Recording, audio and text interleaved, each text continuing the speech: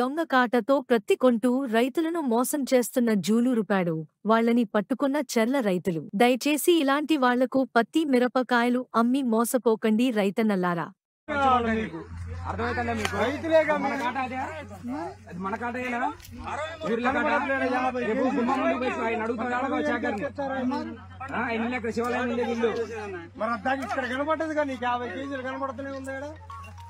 మీకు సిగ్గుండాలా ఫస్ట్ ఇచ్చేటప్పుడు వీడియో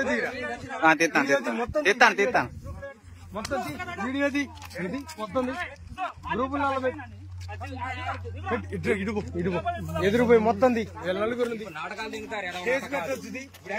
ఎంత వచ్చింది అది 30 కేజీలు ఎక్కడ 50 కేజీలు ఎక్కడ సంబంధం ఉంది అసలు 30 కేజీలు 20 కేజీలు సగానికి సగం దిగుతాను. నువ్వు ఎక్కడి నుంచి వచ్చినావు? ఏ ఊరు? జూలూరుపాడికి చెర్లకు సంబంధం ఉందా? 130 కిలోమీటర్లు అప్పరావు నొత్తాండు. అసలు సంబంధం లేదు. రైతులు ఇక్కడ మొట్ట గురించి పోతారా? ఎంత బాధ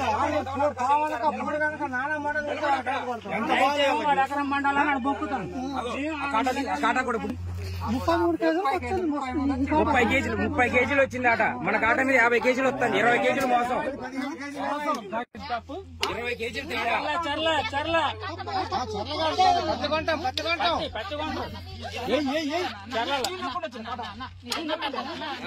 70 కేజీల మనిషి 30 కేజీల వచ్చేది.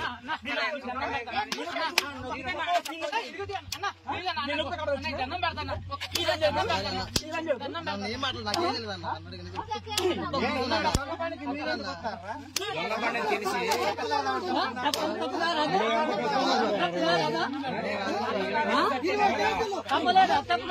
ఇప్పుడు ఎండకి పోయినసారి కొత్త వాళ్ళ కొట్టారు కదా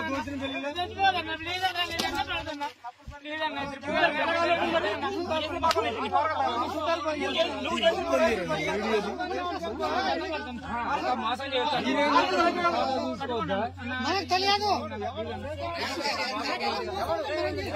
ఇప్పుడు తెలిసిపోయింది 50 కేజీలు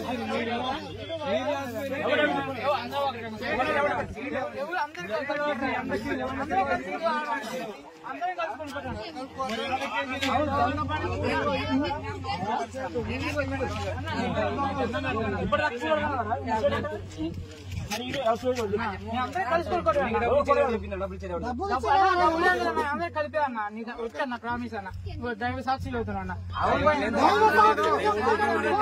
ఇక్కడ గొడ్డలతో నరికి ఇందులో పార్కింగ్ చేస్తారు. గొడ్డ గురించి పోతారు మీరు. మా గురించి తెలవదు. పంపిస్తారు అదే అట. ఇప్పుడు కలిసిన ఎవరంటే అంత గట్లే ఉంటది. చివరికి రమ్మని చేసిన కుదరదు.